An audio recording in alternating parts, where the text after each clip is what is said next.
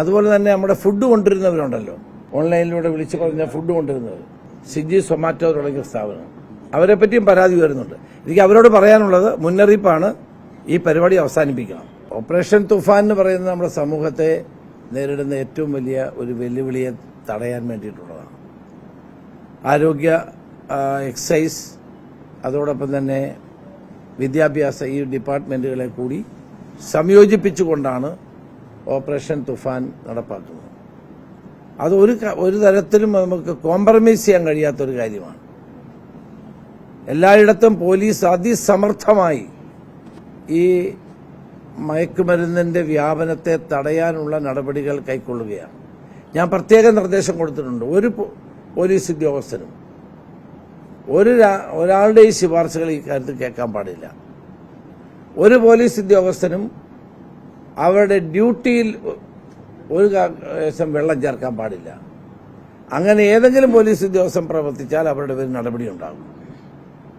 രാഷ്ട്രീയ നേതാക്കന്മാരുടെയോ അല്ലാത്തവരുടെയോ ശുപാർശകൾ കേൾക്കാൻ പാടില്ല. കാരണം ഇത് കേരളീയ സമൂഹത്തിന് ഏറ്റവും ആവശ്യമുള്ളൊരു കാര്യമാണ്. ഇന്നലെ ഞാൻ കോഴിക്കോട് വെച്ച് പറഞ്ഞത്, ആംബുലൻസ് രോഗിയില്ല, അതിങ്ങനെ ശബ്ദം മുഴക്കി പോവാണ്. പല ആംബുലൻസിലും ഇത് ഡ്രൈവർമാർ മയക്കുമരുന്ന് വിൽക്കാൻ അത് പ്രേരിപ്പിക്കുന്നതിനുള്ള പരാതി ഉയർന്നു വരും. അതുപോലെ തന്നെ നമ്മുടെ ഫുഡ് കൊണ്ടുവരുന്നവരുണ്ടല്ലോ, ആളുകൾ, ഈ ജഗ്ഗി, ഓൺലൈനിലൂടെ വിളിച്ചു പറഞ്ഞ ഫുഡ് കൊണ്ടുവരുന്നവർ, അവരെ സ്വിഗ്ഗി, സൊമാറ്റോ തുടങ്ങിയ സ്ഥാപനം, അവരെ പറ്റിയും പരാതി വരുന്നുണ്ട്. എനിക്ക് അവരോട് പറയാനുള്ളത് മുന്നറിയിപ്പാണ്, ഈ പരിപാടി അവസാനിപ്പിക്കണം.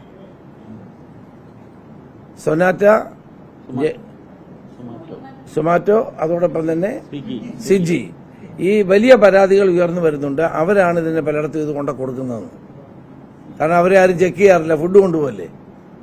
അപ്പൊ അവരോട് ഞാൻ പറയും, നിങ്ങളിത് അവസാനിപ്പിക്കണം. വെറുതെ ആവശ്യമില്ലാതെ അവരെ നിയമത്തിന്റെ മുമ്പിൽ കൊണ്ടുവരേണ്ട നടപടി ഉണ്ടാകരുത്. ഇതുവരെ ചെയ്തൊക്കെ ചെയ്തു, ഇനി ഇത് അവസാനിപ്പിക്കണം.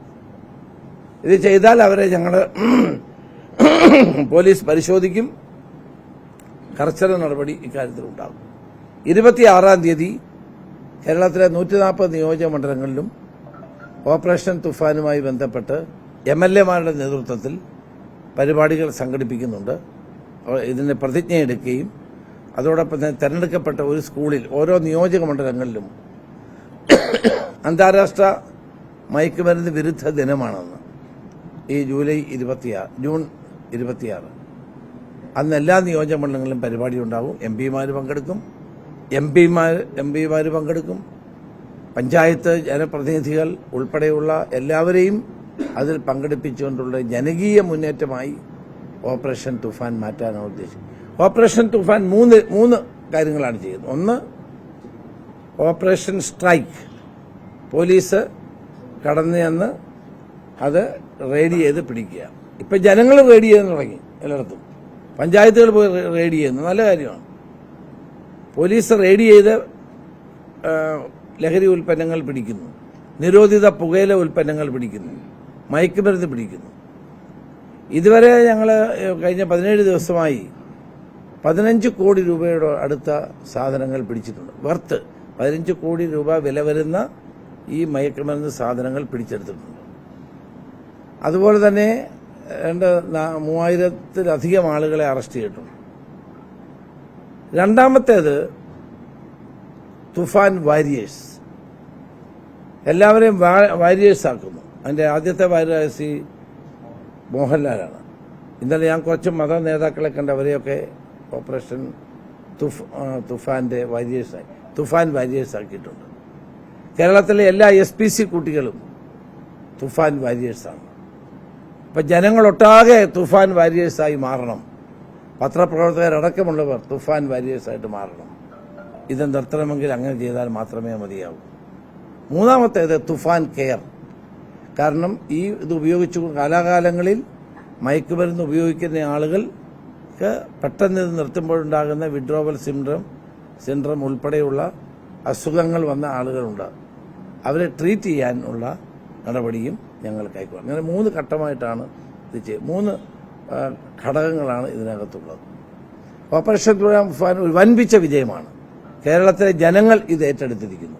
ഇതിനകത്ത് ജാതിയോ മതമോ രാഷ്ട്രീയമോ ഒന്നുമില്ല. ഇത് ഭാവി തലമുറയെ രക്ഷിക്കാനുള്ള ആഭ്യന്തര വകുപ്പിന്റെ ഒരു വലിയ മുന്നേറ്റമാണ്.